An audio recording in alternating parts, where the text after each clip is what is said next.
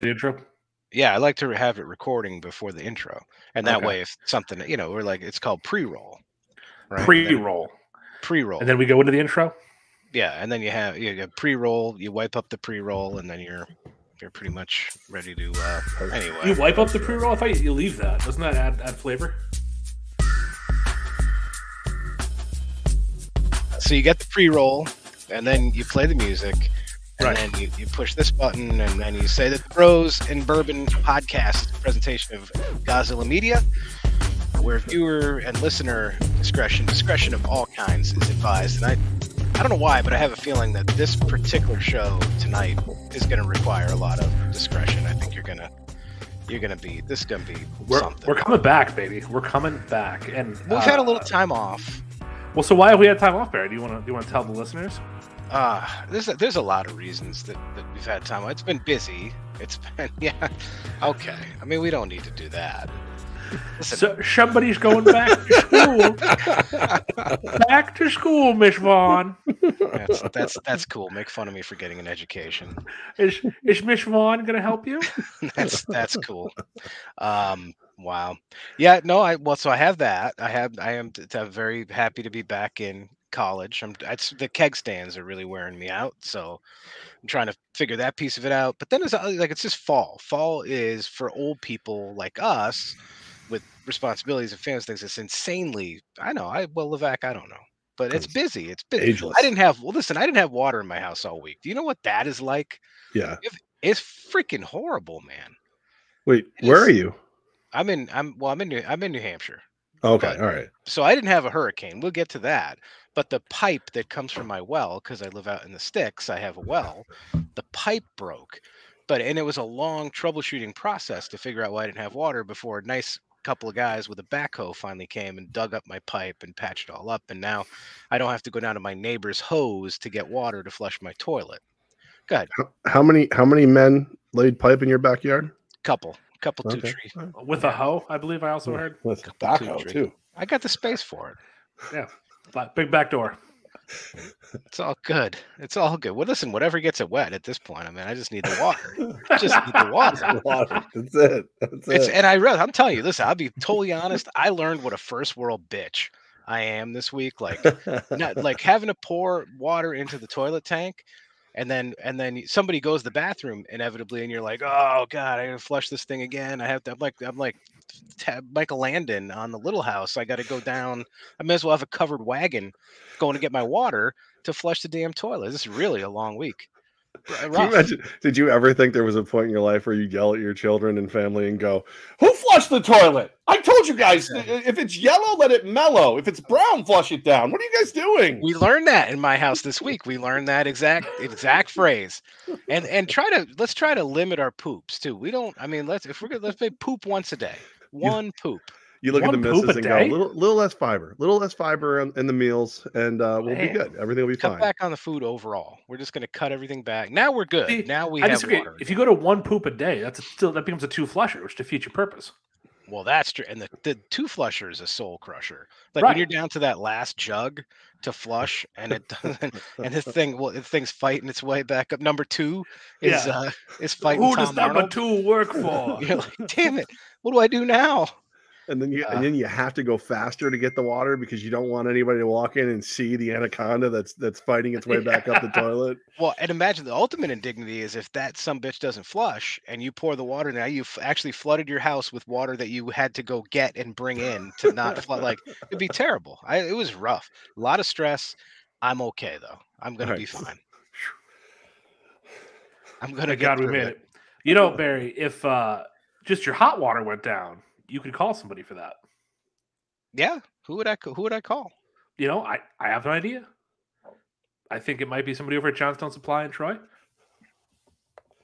It's probably the way to go. Yes, I feel like Ghostbusters on this one. That's for sure. No, I felt like you were launching into this, so I didn't want to interrupt your momentum. But you're correct. For my first option would be Johnstone Supply. Right. I'm not gonna lie to you, man. I don't have this read. This one's on you.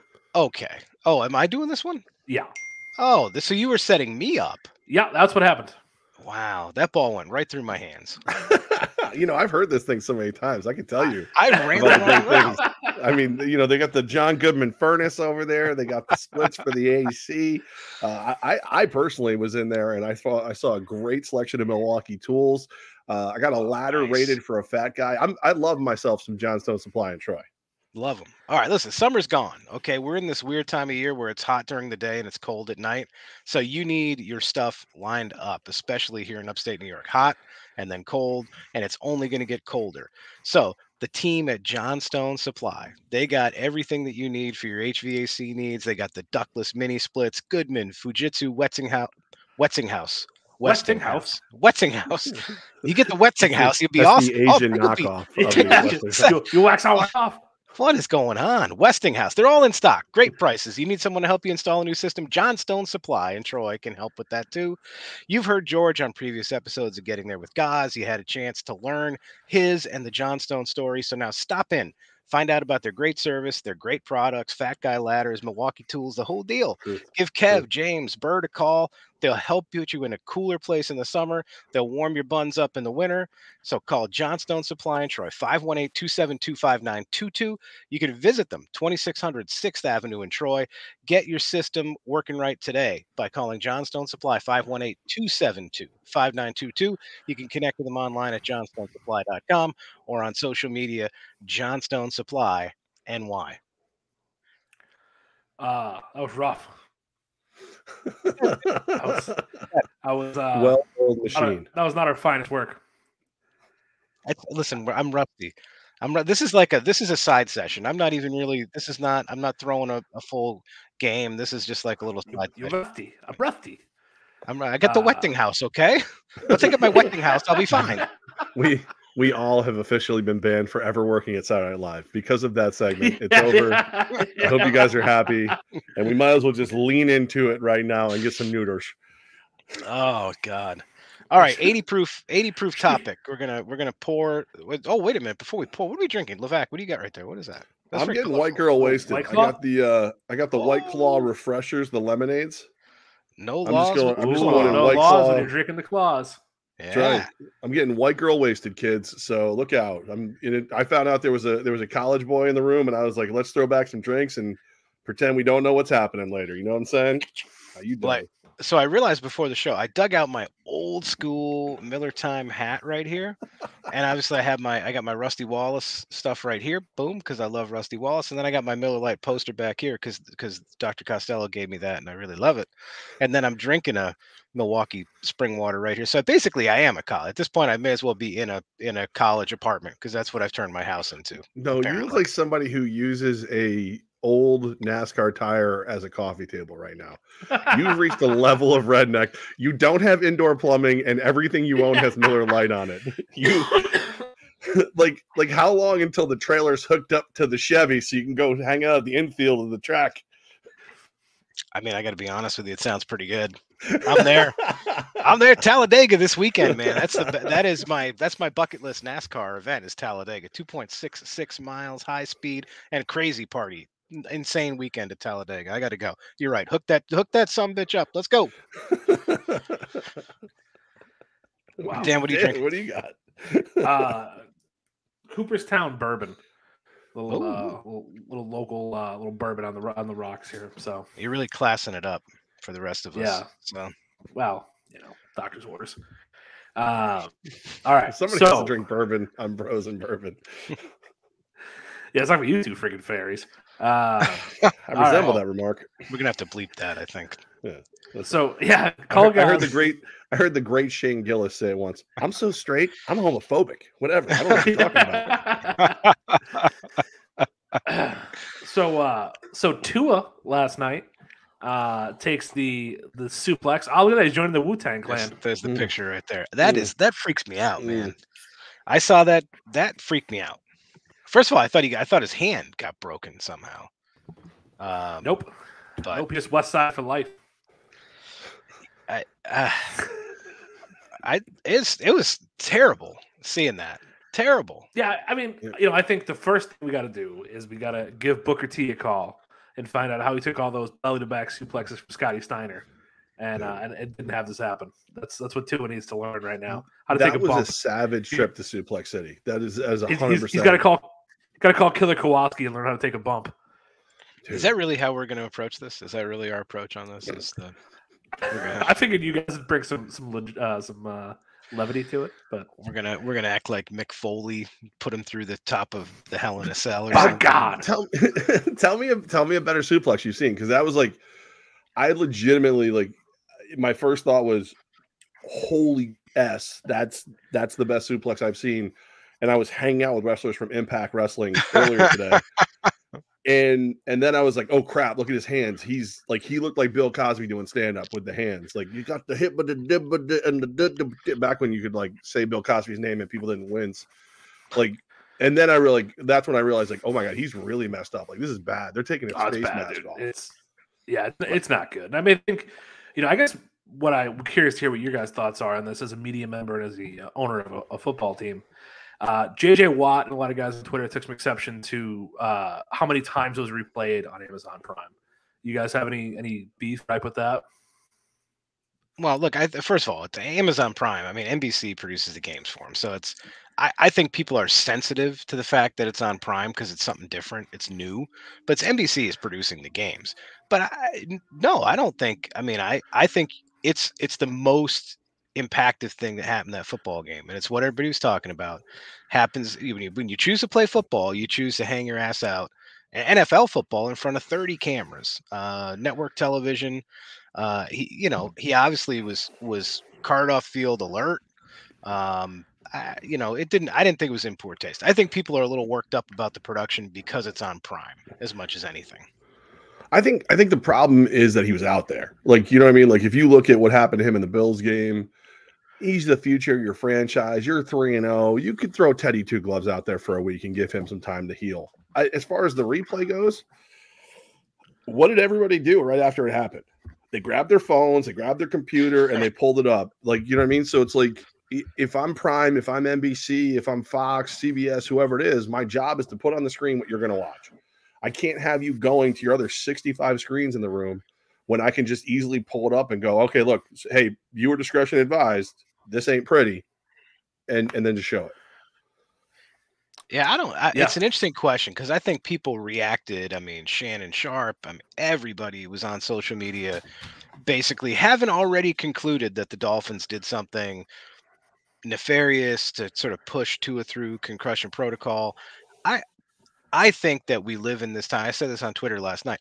This guy's banged up. He's obviously hurt. Maybe it's a good time for just saying a prayer for the guy instead of having a hot take about what you think the Dolphins. There's no reason to me for the organization, to your point, with a team that's 2-0, young guy, he's 26 years old. I mean, he's got a lot of upside. He's playing well. There's no reason to run him out there if he doesn't clear protocol and he doesn't want to play. I mean, I can't imagine that the team, if they did something to skirt protocol, they're going to get hammered. I mean, there's no question about it. You can't. The lawsuits are coming. Yeah, you can't. The lawsuits already came. They're coming. I thought it was interesting today. Mike McDaniel said, well, we didn't fudge anything. What we have fudged? Why we have fudged anything? And I was like, that sounds like somebody who fudged something. Well, there's an independent. Well, there's an independent doctor that handles all that stuff too. So, but it's like you. Then did he whiff? I mean, somebody whiffed. That looked bad. Somebody whiffed. The way he stumbled and fell. Maybe it wasn't nefarious, but like if it wasn't nefarious, somebody dropped the ball, for lack of a better phrase. I mean, I don't know, dude. I'd say this. When you see that play, he's back in the pocket and he's back there for a while. And it's sort of like, it's like a dude in the middle of the street who's frozen because a truck is, you're like, throw the ball away. Right. Dude, this is going to be bad for you, little Tua. Do not take this hit. And then he got smoked. Got ragged. It was terrible. Brutal. I don't care if he had a big hit last week or not. That was ugly. And it was going to be, his head hit the turf. Like sure, like David Letterman dropped it off the top of the Ed Sullivan Theater. I mean, it was terrible. The weirdest part about it is when they showed it in slow motion, it took away how violent I initially felt it was. Like when you watched it in real time, it legitimately looked like you should be, pinning him for 3 count. Like that's how like just violently he was thrown down in a clean hit. Like I don't think the hit was dirty at all. But like when they showed it in slow motion, I was like, yeah, it doesn't look that bad. And it hasn't, like, I have to keep reminding myself how terrible it looked at first because slow motion took away how quick his head snapped back and forth. Whipped. Yeah. Dude, that dude just whipped him around. Brutal. And I said, I was saying this last night. I said, you look at guys who have had long careers. Tom Brady's had the career that never ends. Aaron Rodgers. Those guys don't take hits like that. They go down or they get rid of the football. And if you're a quarterback in the National Football League, you're a franchise guy. Tua is their franchise quarterback. Discretion is a better part of valor. Get down. Do not take those offense hits. is built for short, quick passes. Right. Like if you're holding that long, you did something wrong. Yeah. Like get rid of it. It's busted, right? It's busted. So don't get killed for it. Right. But I just think this is a violent game, and it's always going to be a violent game. And those guys like Tua, they are your modern day gladiators, right? They hang their asses out there every week. And you are never, ever going to make football safe. I think we've made it better. Well, I don't know what you enact. That tackle was a textbook tackle, right? Got him around the waist, got him down. Like it wasn't, didn't that put his weight on him. That wasn't his head. That wasn't. It was a violent hit. But I mean, there's no way you regulate that tackle out of the game, right? That kind of is what it is. Well, because you tell me I can't put my weight on him when I take him down, but then if I grab him and throw him down instead of whatever, I mean now at some point it becomes that South Park bit where you're like, okay, now take that, caress the head and put him on the pillow, and like the thing that legitimately scared me the most from the entire story is he flew back with the team. Like, he's got the movie on the flight. Right. Yeah. And he laughed at McGruber, which tells you there's head trauma. Like that's yeah. But I'm just saying, like when you're on a flight, like if you have swelling, you swell more. Can you imagine if there's still brain swelling? Like, oh yeah. I think if I'm him, I look at them and go, no, you guys can rent me an RV. It's Tua across the country. Somebody's driving me. I'm gonna sit in the back, drink Yoo-hoo and chill. Madden's bus is available. Right. The Madden Cruiser's ready to go. Too soon. Too soon. It's been a little while. It's been a minute. I'm a Raiders fan, and I think it's okay. I love. I kind of want it. I would love to have it. I'd take the horse trailer. I mean, I don't even need the whole cruiser. I'll take the horse trailer. I'll take it to the NASCAR race with my used tire coffee table. Load it up with 30 racks of Miller Lite and have a time. I don't know. I think the Dolphins are getting a little bit unfairly shit on here. But it's the Dolphins. I guess we don't know, right? I guess that's we don't know. If there was anything that was either intentionally or unintentionally done wrong, they deserve all they're getting and then some. If not, then they're free and clear. But to think something about, so they needed to get the team doctors, the coaching staff, and an independent doctor all to agree to squash something to let this guy play in the third game of the regular season. It just doesn't. Yeah, but come on, if the independent doctor gives it the okay, they're fine. They're not going to stop him. If the independent guy says it's okay. Yeah, but there is like a point where I remember like as a kid, like when concussions first started getting talked about, and you see dudes who want to get back into games, and there's like they hide his helmet because you protect the player from himself, and like I think there's just a point where you kind of look at a guy like Tua and be like, look, dude, you're a little fragile. Like, I don't know. Like, and again, it's easy for me to say it, armchair doctor instead of quarterback here. But and I'm not even going back to school like Billy Madison up there. But it's just there's just something icky about it when you see when you see the fingers and everything. You're just like, didn't we just see him stagger and fall? If that didn't happen, this is over by now. But because it did, it flared up. The other question is like, is Tua ever going to be the same? Like, how does he come back from this? Does he become Jim Everett? Does he become, David Carr? How does he respond? He's so young in his career. This could have a huge impact. Well, it's interesting. I mean, brain injuries are an interesting thing. I mean, if you look at right now in NASCAR, Kurt Busch has been out 10 races for what looked like a pretty innocuous crash at Pocono over the summer, but his coordination, balance, cognition, whatever, just has not returned properly. So they haven't cleared him. And it's, for some people, I think, depend on the number that you've had and the severity and all that stuff. You got to get it right. But to the point of hiding a guy's helmet, this guy's 26 years old. He's a young guy. And I think he's, based on his comebacks from previous injuries and everything else, he's a warrior. I mean, he's a fighter. He's fought through a lot of stuff. But at some point, and I think we see it now, younger guys making better decisions about their lives in the National Football League. If you've had a couple big hits, it doesn't get better. You know, Right. it doesn't really get better. The next hit's only going to get worse. So I just hope he's smart about his future. He's got a long life to live, and he'd probably like to chew his food. Yeah, but remember his history too. This is a dude whose dad, you know, allegedly beat the crap out of him when he wasn't good at football. He wanted to go, was it USC or whatever it was, and his dad made him go to Alabama. Like he doesn't. I don't know if he's allowed to quit. I don't know if that's even if he was allowed to quit, would he know how to after years of you know maybe the not. football And that's dad. to your point. Maybe somebody's got to hide his helmet at some point. Right. You know. His dad. I guess my question. My follow-up to that, as we roll into 90 proof here, is do we think that Joe Biden might have played quarterback and taken a few hits to the head? Or do we think that maybe President Biden has the sixth sense? Barry, you want to take it here? I'll be honest with you. I sort of thought that a lot of this stuff was like a politically convenient way to attack an older candidate / political opponent. But the nature and the frequency of these incidents leads me to believe that Joe Biden is not a well person.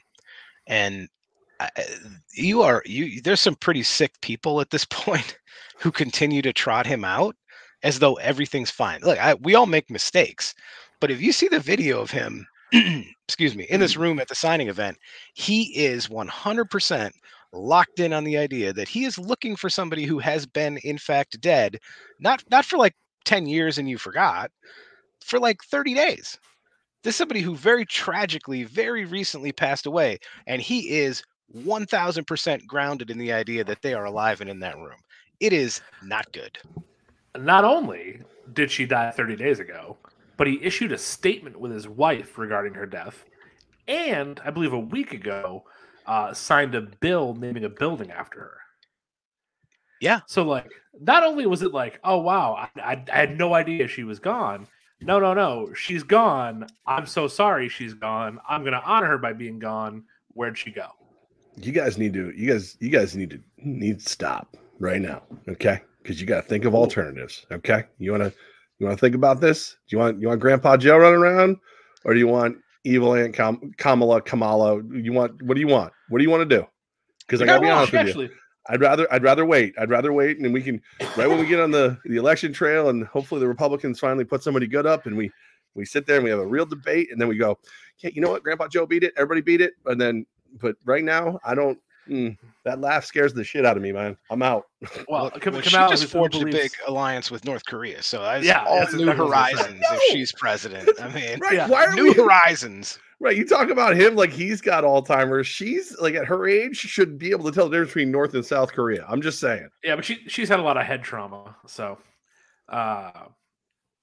was a blowjob joke for anybody who didn't get that. It's good to spell that right out. Yes, thank you. That was a blowjob joke. Oh, in case for the 6 of you who weren't offended, let me make sure you understand why you should be. Yeah. Repeated blows to the back of the throat have caused cognitive dysfunction. That's what happened to Kennedy too. That was the back of his head. Sorry. The DJ? Oh no. Oh, sorry. Oh boy. I thought you meant the MTVJ there. This is downhill. Yeah, this is taking a turn.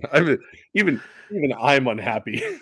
I wish that we could get somebody on the show. I would love to hear from somebody who thinks that this is. And honestly, even people who I know who voted for the guy are like, "Ooh, it's a little cringy now. This is a little.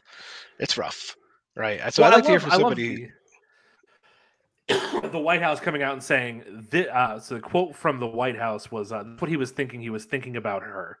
Like, well, of course he was looking for. He was thinking about her because he missed her so much. Yeah. What? Yeah. I think about my childhood that's how you clean dog. That up. I think often of my childhood dog. I'm not walking around the house looking for her. Sparky. She gone, sir. Like, okay, Jackie not here. She gone. How do we? Can you imagine being that spin doctor though? Can you imagine that's like you've got probably 8 years. But I'm saying you got like 8 years of school. You've done all these things. Somebody walks in and goes, Barry, okay, I'm going to need you to pen a response to President Biden talking to someone who's been dead for a month, and make it believable. All right, go. And you're sitting there going, well, she was in his thoughts. He's hammered. Right. That's what I would have said. He got hammered. I was like, right, like, yeah, exactly. Like he was sipping on the cough syrup, if you will. It was a big celebration. Got out of hand. My favorite Biden memory was when he was the VP, and Obama had the beer summit where he got like the officer and the guy together, and like you come around the corner and Biden's already sitting out there with a big old mug of beer, and I'm like. And like people are like, oh, look, the vice president's there too. Though he was there. Like that's where he goes that time of day with a beer. Like, like I think that go ahead. You have a memory of Biden. Biden does not have a memory of Biden. So you're actually a step ahead of the president of the US. Okay. My favorite Biden memory, you can find this video. I don't remember the exact context of it, but he was at another event like this, like a bill signing, and he gets on the stage and everybody's clapping, and he's like looking for somebody, and I forget the guy's name, is like Jack or something. He's like, oh, there you are, right there in the front row. Stand up, and the guy's in a wheelchair. And then he's like, oh, God love you, just wave. You know, it's like this horrible, like, and so it's not unprecedented, but at least that guy was alive. He just did a press conference about ghost guns, and I'm aware. Is that no? So basically, you can order gun kits online. That's how they skirt a lot of the rules and everything. And it really shouldn't be a thing because you can just build them. But like he's going through how they work, and I'm like, part of me sitting there going, now I just want to order one to see if it shows up. Like, you know what I mean? Like now I just want to like. I feel like all you've done is go, hey, please don't go to this website, order this kit, use this hand drill, and put it together because then you'll have a gun without a serial number. And you shouldn't have that. And it's like, you just told me how. That's how beer. And keep in mind, the minute you build a firearm without a serial number, you're committing a felony. So I don't recommend it. No, exactly. I'm just saying, there's like, but you know, the point was the way he described it, and I understand he has to tell everybody so that we understand the severity of it and that it needs to stop because it does. It's you shouldn't be able to mail order a firearm. I'm just like sitting there going, dude, you just gave like I guarantee there's like 4,000 people across the country who just went, oh really? Oh, cool. Like it just was a thing. It was weird. How beer companies survived the 1920s. Companies like Budweiser, Miller Coors, those companies were around pre-1920. They survived the Depression by putting like wheat and rice and yeast out and said like, whatever you do, don't mix this in a bathtub for 4 hours with hot water and then cool it and scoop out the yeast. And yeah, but they wanted you to do it. Like this was like, hey, don't do exactly this. That'd be like when you were a kid, your mom going like, whatever you do, don't take this bottle of vodka, pour out X amount, and then pour the water in to make sure it looks like it's the same level. Because if you do that, there's a good chance I won't be able to tell. Yeah, whatever you do, don't go to whitehouse.com. Right. There's one thing I'm confident of. It's the Democrats want more gun violence. So, just my belief. The current evidence would suggest it's true. But let's so go ahead, pour something a little strong. What do you got? So obviously, tough week for Floridians. Tough week as Ian penetrates Florida, makes his way through the Gulf Coast up to Florida, hammers Fort Myers, the Tampa area, made his way across to Orlando before exiting the rear, the other side of Florida. So that Cooperstown burp is like burning you up over there. You okay? Yeah. Those the Floridians have had a tough week. So our T's and P's are with the people of southwestern Florida. So southwestern. We're abbreviating thoughts and prayers now. That's what we're doing. We're abbreviating T's and P's. Okay, all right. My new T's and P's. I'm not sure if you guys have seen the video, but a personal favorite of mine, Hooters of Fort Myers, has been destroyed. And I tried finding the video here, but I couldn't upload it because I don't know. I don't get paid to produce this. But if you find the YouTube video, there's just a video of the roof of the Fort Myers Hooters floating down the road. So rough. Yeah. The orange. It's the one time I don't want to see a Hooters topless. That's fair. That is fair. The orange roof, portable. Mm-hmm. And it's just a bunch of the waitresses just using their flotation devices to get it back to the restaurant. Yeah. Which was very nice of them. It was very chivalrous of them. It's nice. Well, you're a big Florida guy, right here. So give us the give us the landscape. Man. Well, this storm was unique because it was supposed to go up north in the Gulf and kind of hit Tampa. So Tampa was really prepared for a direct hit from this thing, but it took a little turn right at the last second, and it went like right up through Southwest Florida, through Fort Myers and Naples, and kind of places that thought they were not going to get hit as badly. This is like Hurricane Charlie in like 2005 was like the last really big one in Southwest Florida. It happens. And you know, if you live in Florida, if you live in Louisiana, you live on the Gulf Coast of Texas, every 5, 10, 15 years, you get a big storm like this. It happens. It sucks. I mean, I feel terrible for people who, especially in that area, maybe were a little less prepared, thought they could ride out the storm. Maybe they didn't board up as much as they would have or sandbag like they would have because they thought this thing was headed more towards Tampa and points north. It sucks, but the state, you know, I think the governor down there does a really good job. The state has a lot of things, a lot of resources they mobilize, money that they can put in people's hands. The challenge is for people, and I got some friends down there who are affected by this, and actually some family places got destroyed down there. But you know, if you don't have any place to go right now, you're screwed. I mean, eventually you're going to rebuild. Insurance is going to pay. FEMA money comes through. You get a contractor. But right now, you see these stories online. I saw some lady paid like $10,000 to have a couple of trees chainsawed off her house because that's like people are price gouging. You have all these unlicensed lunatics running around trying to get people's money to fix stuff. And this is like the time when it really sucks. Eventually, it all goes back to normal. Hooters will rebuild. Right. Hooters will stand tall and proud and firm again. You know, as it'll be Hooterific. Yes, as will the rest of Southwest Florida. But, you know, look, as I say to people all the time, in Florida, you get a storm like this every decade or so, and it sucks. In other parts of the country, the weather sucks for 6 months every year, and you just live with it. So, it's still better. Oh, Jeff, this is gonna be fun. You ready? So, how much has climate change impacted these storms hitting Florida? Well, it's clear. I mean, clearly, it's impacted it a lot because I mean, I can recall even as a young boy times when hurricanes didn't exist. You know, and if you go back into the history books, there's in the 16 and 1700s, there were no big hurricanes that had, you know, category 5 winds and storms. So they just didn't exist. They never existed. And then when capitalism came along and people got greedy, hurricanes just formed. And so if you give more money, if you give more of your money to the government, if you let your house be hotter in the summer and colder in the winter, and you get an electric car from Joe Biden, hurricanes will go away. That's science. Maybe we can nuke the hurricane. Maybe we can blow it up with a nuke. Maybe. The biggest nuke. The biggest nuke. Really big. People tell me all the time if you just nuke it. So yeah, I don't. Sure, climate change. Yes, I mean, we didn't have this year. We had like this is Ian, so this is like the 8th named storm, and it's like only the 2nd one that's touched land all year. So it's been a real quiet hurricane season. This one just happened to be a ball buster. But you realize like the signs, like, because I don't feel strongly one way or the other. I definitely think we could take better care of our planet. Like I think we can all agree to that. No doubt. But you realize like what you're saying, there's some scientists that's going, there should be more hurricanes. You don't understand. You just said it. There's only been 8 so far. If we hadn't screwed everything up, then we'd be to at least to O by now. And this is proof. This is proof. Less hurricanes is proof that we're screwing up this planet. And I, you know, feel good about it right now, Florida. But what happens later, huh?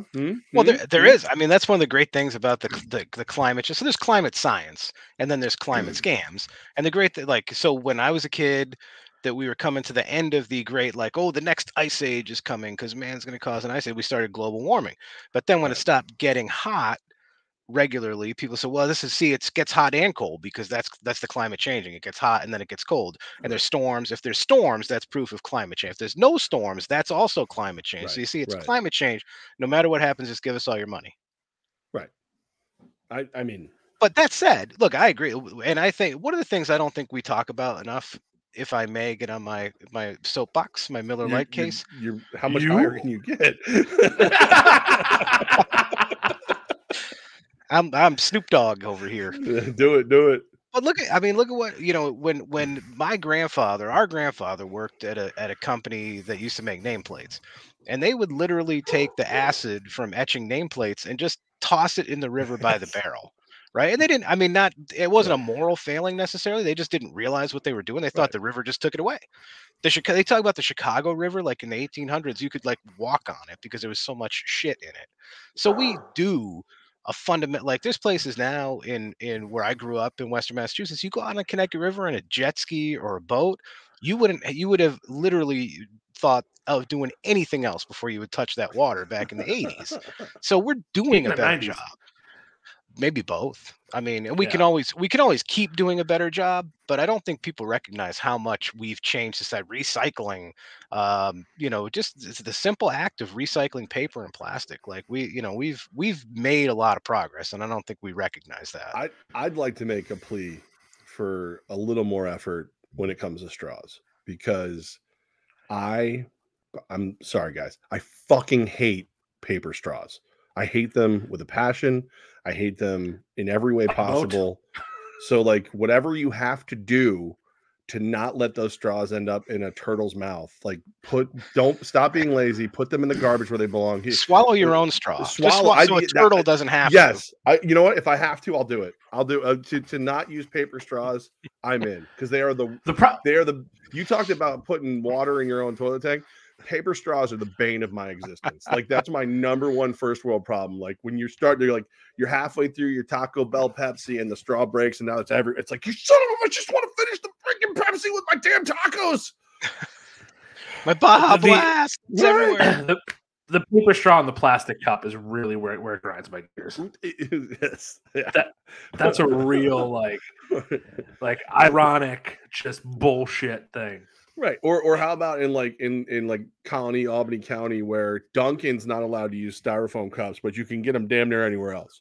Oh, the cups are like 2 days out of 5, you're getting coffee right down your shirt while you're driving to work with those shitty cups. Big old cup of coffee this morning because the lid doesn't fit on right on the shitty cup, and it's I get the medium coffee in like a large cup. That's what I like to do. Do a little more room for error.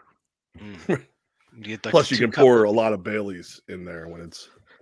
I mean, you could, yeah. That's a thing. Some people might like to do. Speaking of recycling, by the way, have you guys ever used these recyclable aluminum cups? Have you seen these? So they're like, I discovered them by accident because I went to like Walgreens. I was on a work trip and I went to get some booze. So I didn't have to pay hotel prices, and they were out of Solo cups, but they had cups made by Ball that were aluminum. Recyclable aluminum, and they're cold. They stay cold. They're called beer cans. Recyclable. No, so they're like Solo cups. Them and use them again. They're made out of you can because it's made out of aluminum, but it's fully recyclable because you just melt it down. Yes, but it's like instead of a plastic cup, it's a metal cup. Yeah, that's it. It's a metal cup. So basically it is the same theory as a beer can. I was being an asshole, but realistically speaking, you throw it in your recyclable bin just like you would a beer can. Just like you would a beer can. And it's cold. It gets nice and cold. And it's how's it different from a glass? Because glass, you're not going to get rid of it. Like these are like not single use, but probably single evening use. Yeah, right, exactly. So and like they don't crack like a Solo cup, and but they get cold. They don't taste plasticky, and I think they're easier. I guess I don't know, but I think that aluminum is much easier to recycle than plastic. So that's my plea to be green. When you get hammered from an aluminum cup. It's not easy being green. I can tell you that right now. I'm in. Speaking of crisp, cool, refreshing, let's talk about Mohawk Honda. Crisp morning air, pumpkin muffins, beautiful foliage, and just like that, it's fall. The seasons may change, but one constant is the buying experience at Mohawk Honda, where you are greeted with a smile and treated with respect. The new vehicle inventory is ramping up too, with pilots, passports, and Ridgelines. Remember, this is the best time ever to sell your vehicle. We buy cars. In some cases, you'll be able to sell it for more than you paid for it. It's just another advantage you get from the #1 volume dealer in the capital region. General Manager Greg Johnson and his team of sales consultants are always available to help you in the buying process. And we have some big news. Scott Moynihan, the Scott Moynihan, is back at Mohawk Honda. Saw him last week. 30-plus years of automotive experience with him. Stop in and welcome Scott back home. Yes, the seasons change, but at Mohawk Honda on Freemansburg Road in Scotia, we always go out of our way to please you. I just gotta tell you that's the copy that like the last year that I was on terrestrial radio. Like that's almost the identical. Scott Moynihan, I think it was still there at that point. But the cool thing is like throwing it back to we were just there. We did Levack and Gaz there, dude. They got inventory. Like there was no place to park. And I was. You said that, yeah. I was pissed. I was like, I want to park. I just want to. And I'm like, oh, this is actually a good thing. This means the world's getting back a little bit. You can go buy yourself a nice Mohawk Honda and be good about the world. Yeah, he probably get you a deal. Get you a deal over there right now. I think because their supplies going up. Things started inflation cooling off a little bit. The interest rates are up a little bit, but still throw a little extra cash down. Our listeners, for the advertisers who may be tuned in, our listeners are very affluent young people who just put cash down on it. So it's fine. Well, and you're going to get the money because they want your vehicle. It's because then they're going to flip it. So you get a little more on the trade right now. I think. Yeah, the trade is sexy right now. Speaking of sexy right now, have you guys watching this? Speaking of sexy, one of these times I'm going to not mute my mic while I let a large belch like I just did. Just be ready for it. One of these times it's going to happen. I'm ready now. So have you guys watched the new Dahmer series at all? Have you guys tuned into Netflix and checked that out? Not yet. No, I haven't. It's in my queue. The only reason I haven't done it yet is because this is the weirdest thing you've ever heard. My daughter's a big fan of those serial killer podcasts, so she told me I have to wait and we're going to watch it together. Wow, that's sweet. A little family bonding. Yeah. Yeah. It's good, man. Actually, and then she watched a little bit without me, and she said, "Dad, we can't watch this together. There's a lot of gay sex." I wouldn't say a lot. I mean, what's your threshold, Dan? What's your threshold of gay sex? Half chub. Well, I'm saying like that you would watch with your child. Can we fast forward the parts? It's like the Versace American Crime Story, which is like the third, because everybody watched the Clinton one, everybody watched the OJ one, but the Versace one was interesting, but there was a lot of man-on-man love in that. I just love the battle. Wait, hit play. Oh God, they're back again. Oh no. I said to my daughter, I was like, listen, I go, you got to understand, like that was a big part of Dahmer's issues and who he went after. And the reason he was so successful. Right. To keep things so quiet. Well, gay shame helped him out. So it leads to our we should do a top 5. We'll take it easy this week. Top three serial killers. And I'm giving you guys a little freedom here you can call this like 3 favorite, 3 most influential, 3 scariest, 3 you don't want to meet, 3 most notorious. I think there's a lot of directions you can go here. Sperry, you want to lead off top 3 serial killers? What do you like? We're doing this, huh? Yeah, we're in. It's almost Halloween. It makes sense. Dahmer's out. It's content. I'm not a Dahmer guy. The only reason I like Dahmer is he's one of my favorite anecdotes from football. You know what they said about Jeffrey Dahmer. If he could run a 4.40, they would have said he had an eating disorder. Like that's the only reason I reference him a lot. But like for me, I'm a big Jack the Ripper guy because I'm convinced it was a woman. I'm convinced Jack the Ripper was a woman. I'm convinced. Wow. Really? Yeah, I saw a whole theory on it and how that's why the prostitutes were so comfortable around and able to be caught and all these other things. And so a female serial killer that'll never be caught, Jacqueline the Ripper. That's on my number 3. Number 3. All yeah, right, yeah, and only because like I've got some bounce around for 1 and 2. We are breaking news right there. All right.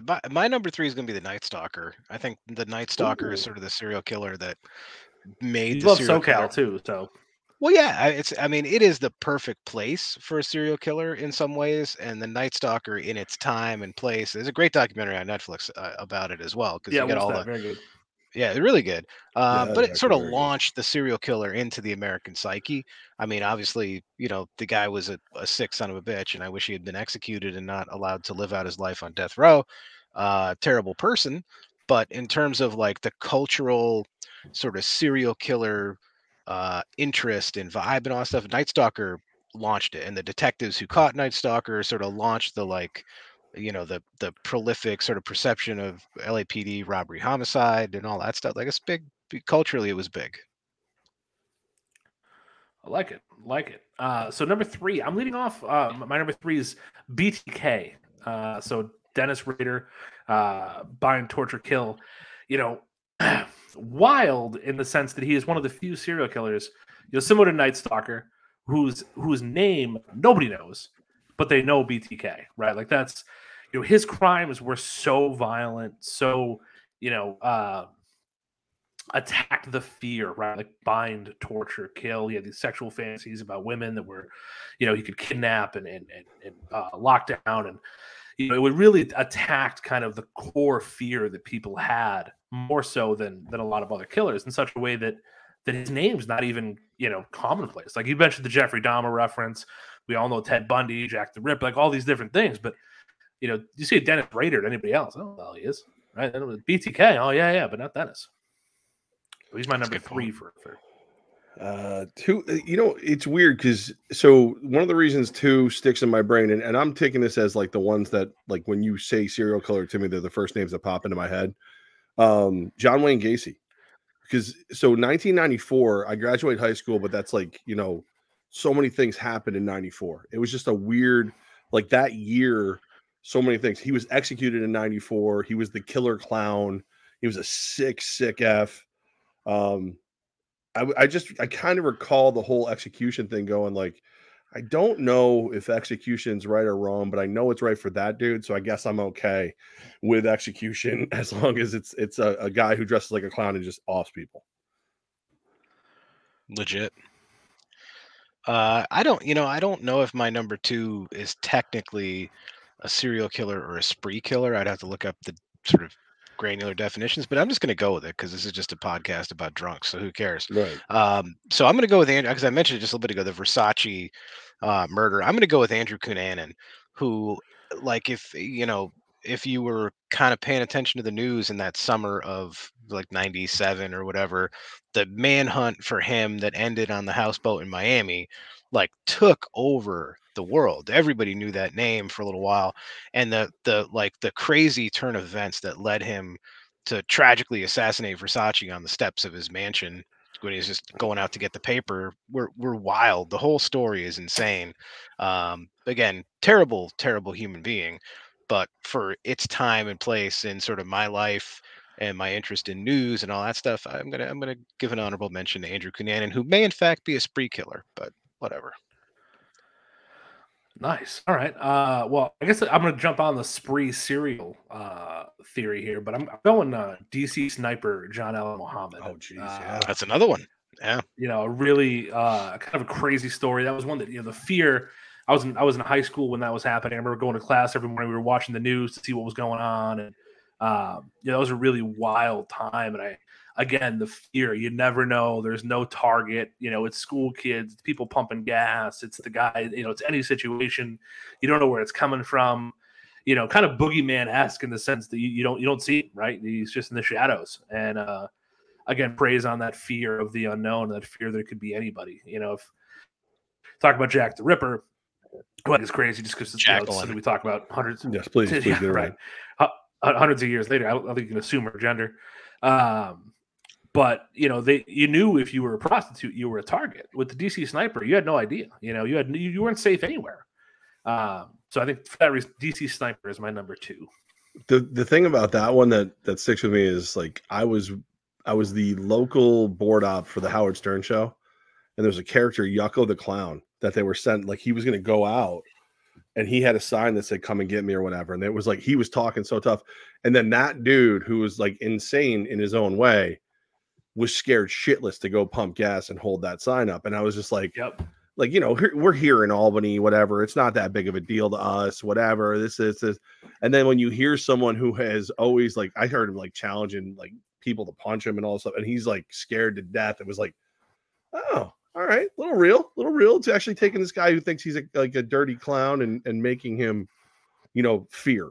So like that's why that stuck with me. Back when Howard had balls. I mean, he has them. They're just in Beth's purse. So they're there. Oh, boy. Actually, I need a little time for this. Can you guys come back around to me for my number 1? Is that Yeah, I know it's out of like okay, if that's all right with you guys. Barry, who you got for number one?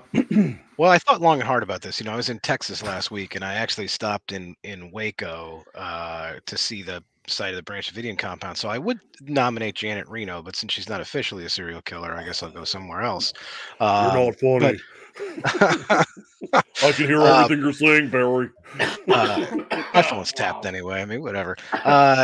My number one's got to be, so I just read a book actually a couple months ago called Devil in the White City, which I guess was really popular a couple years ago, but it's about the World Columbian Exposition in Chicago, like I forget the exact time, early 1900s, let's say. And this guy H.H. Holmes, who was originally from New Hampshire, like assumed all these different identities, became essentially a doctor, and killed more people than they even know about, like disappeared all these young women, built this insane like murder house that was also a hotel that had like a kiln to incinerate the people in the basement and a vault that he could lock them in his office. Like, dude, it is creepy shit. This guy was nuts. What a crazy human being. Got caught, by the way. Got caught because he fucked up. The cops got him. Even back then, they still get their man. But really creepy story. And the book is great because it's woven around the story of the World's Columbian Exposition, which is a whole other crazy American history story. But H.H. Holmes, sick, twisted dude. It's a great one. That's really good. I'm actually going to steal Jeff's number 2 for my number 1 in John Wayne Gacy. What fascinates me about John Wayne Gacy is his ability to be so normal, right? Like, yeah, he was a killer clown, yeah, whatever, but he was a business owner. There's pictures of him shaking Rosalind Carter's hand, like he's in the Democratic Party of Chicago. So he's to me, a lot of these serial killers, even Bundy, who had the looks, was still awkward and weird and, uncomfortable. And Dahmer, we're seeing in this Netflix series, was so awkward and weird. And, a lot of these guys were just, they gave off a vibe that you knew it was a problem and you knew you didn't want to be around him. John Wayne Gacy did just the opposite. Like I don't know if you guys saw that documentary that came out where they interviewed him shortly before his death. And he still is this like, charismatic, somewhat charming, but the truth. And it's his ability to just be Jekyll and Hyde is so fascinating to me. And his ability to be such an evil monster, but still, a part of society and a influential person in a community and a business owner and an employer. And I think his ability to be so out in front and popular and outgoing and charismatic while also being a sick, demented monster is just fascinating to me. That's a good one.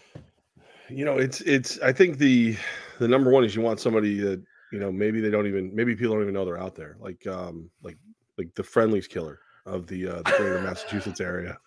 To this day, no one knows whether or not it was him or a tuna salad sandwich that took these people out.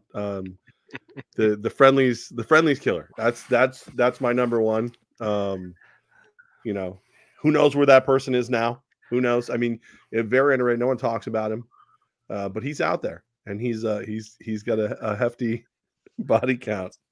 It's fucked up, man.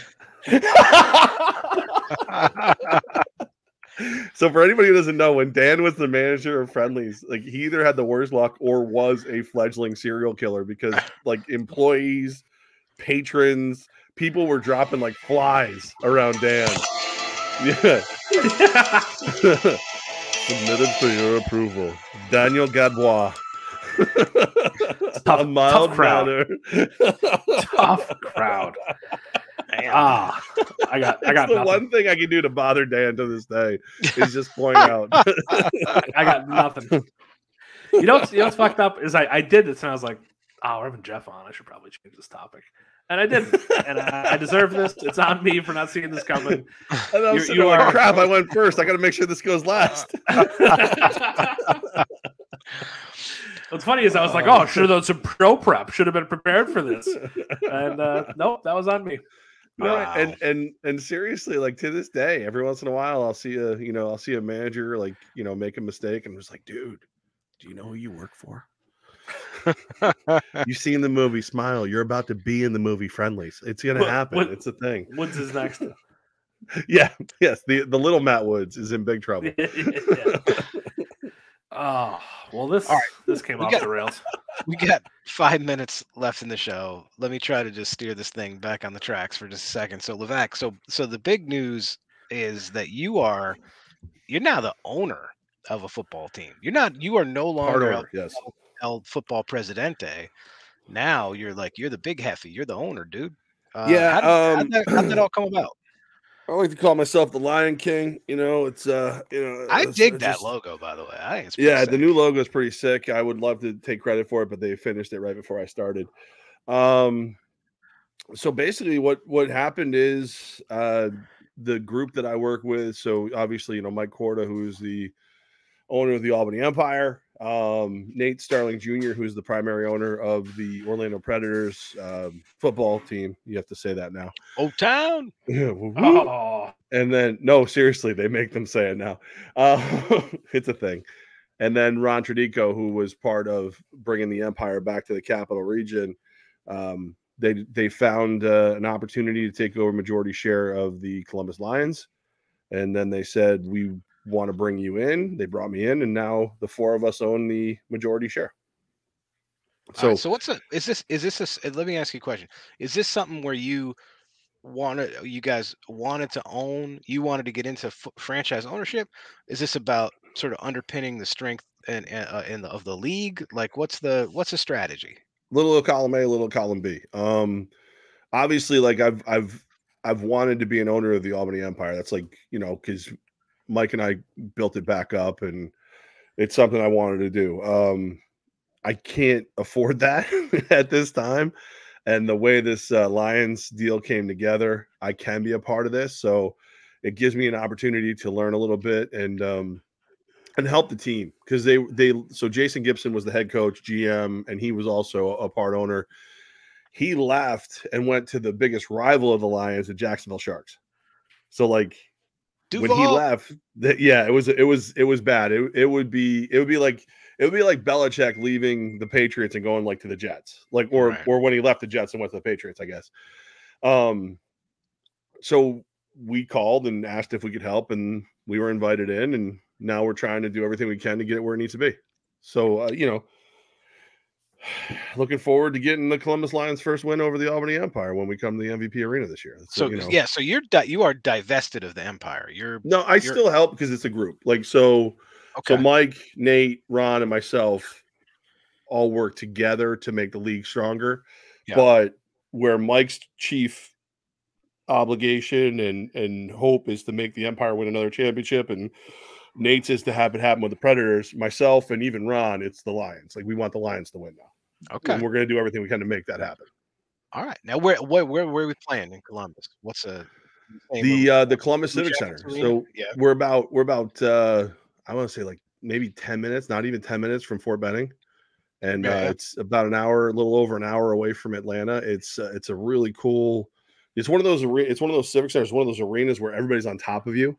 Yeah. So like you put 3,000 people in there and it's going to rock. So, we're working on some stuff. We're trying to get everything right. And I've been to Columbus once, like 20 years ago. It's been a while, but when I saw this thing come through, I said, I think I might make a trip down to C-Bus, and check this out. Cause I think I love the fact that, this is a tough world to try to build a brand like this, right? Where you're relying on the public to come and do it, but you just literally just slapped it down on the table, put your money where your mouth is. And I dig that, man. That's ballsy. And so I'm going to order up some of this merch. I like this look. I'm going to come hang out in Columbus a little bit during the arena season. Well, listen, we'll have some fun. There's the Outskirts is a bar that supports us, bar/restaurant. I'm relatively sure that we could get pretty messed up there and then Uber back to my humble abode down there. So I'm splitting time between Albany and Columbus. Spending a lot of time up here right now trying to get everything situated. But like, thank God for Zoom, right? So I'm like between Zoom, Microsoft Teams, and everything else, just getting what we can do, just doing what we can do. Try to win this thing, man. Try to got Chris McKinney, who was our defensive backs coach in Albany. He's the new head coach down there, and he's got a passion for the game. He'll call me at like 2:00 in the morning, and I'll just be like, dude, unless you're sending me nudes, stop. And no, he's all in, and like I said, it's gonna be interesting this year because like there's the people down there are intensely invested in the Lions. Like if the Albany fans used to be what the Lions fans are now, which hurts me to say as an Albany fan. Ooh, but I got to tell you, that's fire, bro. I'm just saying. I got Miss Pat. Miss Pat does anything that the team needs. We got Alan Meek, who's a part of the team, but like the people of the community have just bought in, and they're there. Like as soon as I got down there, there was like a group of people waiting to like go, here's what's right, here's what's wrong. And it's like it wasn't in a way of like we're gonna tell you how to do your job. It was this is our team and we're gonna let you run it, which is what you should be. It's a team for the people down there, and they're passionate to say the least. That is sweet. I love it. What do you think? What's your trajectory here? What do you think? You guys competitive next year? Building? Where we headed? Never missed the playoffs in the NAL. Haven't won it yet either, though. So I would say it really. But you guys also have the advantage with the NAL of your roster's reset, right? Right. So you got a new head coach down there who's a good dude, got good relationships. You're going to be down there now. So you got some guys who had a really good roster, who love Columbus, love the city, love the organization, who are going to want to come back. And then you got some guys out there who are going, man, this McKinnon's a cool dude. That Jeff Levack's a good dude. I want to be a part of this. So I think you guys actually have the advantage in the NAL because you're kind of merging two worlds there. And I think you can put a real competitive team on the field pretty quick. Well, I mean, obviously that's the goal. Like the way it works in the NAL is free agency starts on November 1st. So anybody who is under contract to an NAL team cannot be negotiated with by another NAL team until November 1st. So what we're doing right now is we're looking at other leagues, other teams, college guys who are coming out, our guys trying to get our guys back. And then come November 1st, I will be shocked if we don't get a couple phone calls from people who may have been wearing blue and orange last year. But can't talk. Shit's gonna get serious. And Coach Manas and Mike Cord and everything, what they do, like it's not going to be one of those things where, hey, we hate those guys and whatever. It's going to be. I can see it being one of those things where it's just like we just want to talk before we make our decision. And obviously you can't talk to them yet. And there's definitely been a couple guys who have called to congratulate me, and I've been like, appreciate it. Thank you very much. And then they start joking, and I go, can't even joke. Can't do it. Right. Nope. All good. But it's Type it up. And look, and we don't. McKinney and I had a very very blunt conversation with each other, and we both feel exactly the same way. We don't want to hurt the Empire to help the Lions. Like the Empire is special to both of us. So the Empire will do its thing. We'll do our thing. We'll meet twice during the regular season and hopefully in the championship game. And then, we'll see who gets to raise the next trophy. Love it. I love it. It's awesome, man. Congratulations. I think it's cool. If you need a couple of idiots to come down there and try to fire up the crowd or something, we're always available. I really do. I'm serious. I mean, because I'm sitting on a lot of frequent flyer miles and stuff. I think I'm going to try to make it down there for a game. I think it'd be cool. I think it's a great idea. And I'm not going to say that I have a 4-bedroom house down there, but I probably have a 4-bedroom house down there, and we could probably put you up for the night or two, make it work, All right. This is happening. I just would like my landlord just found out I'm giving out the rooms, but hey, what are you gonna do? I hope it's big enough that Dan is far away from me, because keep him far away from the team. You don't want him sleeping down there before game day, because the team will be kept awake no matter where they are by the prolific volume of his snoring. So that's what you see. Again, you got to go to the Integrative Sleep Center with Dr. Fred Drew. I got the mouthpiece, so I'm good, but you're screwed. But no, it's a challenge. Excited to take it on. And as I said, from everywhere, like I wouldn't go somewhere I didn't think gave me a chance to win. And I think right now, just dealing with the people of Columbus, and they want this bad. They haven't won a championship in the NAL, and they want it bad. That's awesome, man. I love sports, and I love seeing leagues like this where, it's you're scrapping and fighting. Guys are competing their asses off. They're not getting rich, but they're doing it for the love of sport. And I think it's special, and I hope it's successful. I think it's going to be really cool. Yeah, and the league added 2 teams this year, and it's like I've always said, like we're doing things to make sure the NAL is successful, and if we think somebody else can do it better than us, then we'll put them in that position to get it done. But until then, these idiots are going to run this thing. We're going to get it done, and I really, really hope Mike regrets letting me be a part of the Lions at some point. He may very well. This is going to be some drama. I'm looking forward to some shit talk. If I'm spending a bunch of time away from home, I better be coming back with another ring. That's all I'm saying.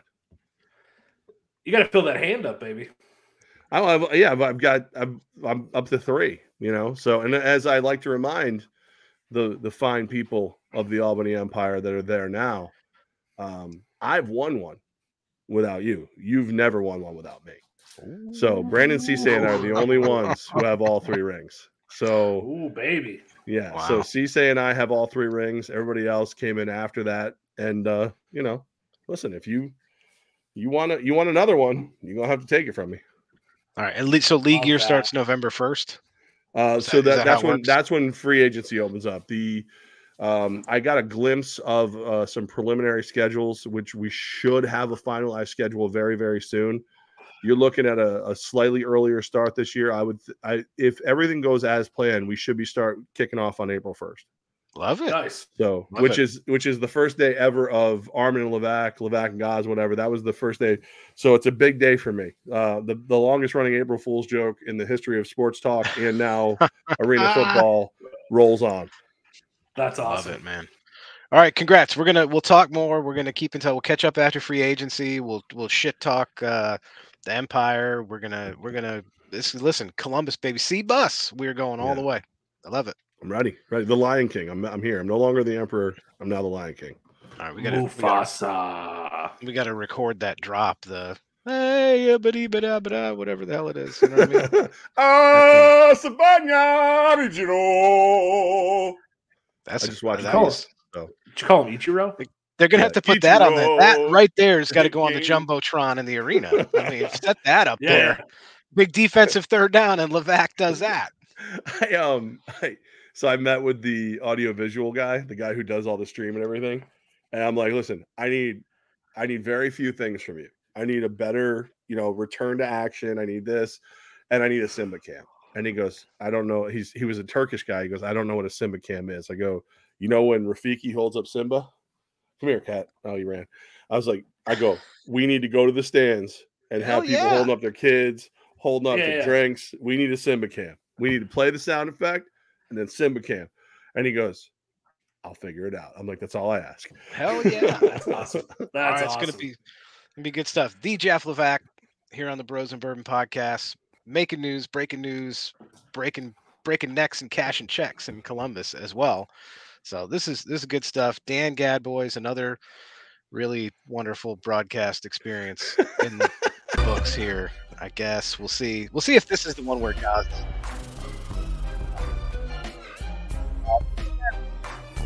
This Gozilla Media is on YouTube, Spotify, anywhere that you can consume high quality podcasts. Not like this one, but real high quality podcasts. You'll find them. Gozilla Media, Levack and Goz, Getting There with Goz, all the other great shows taking you through the football season, the fall, and beyond.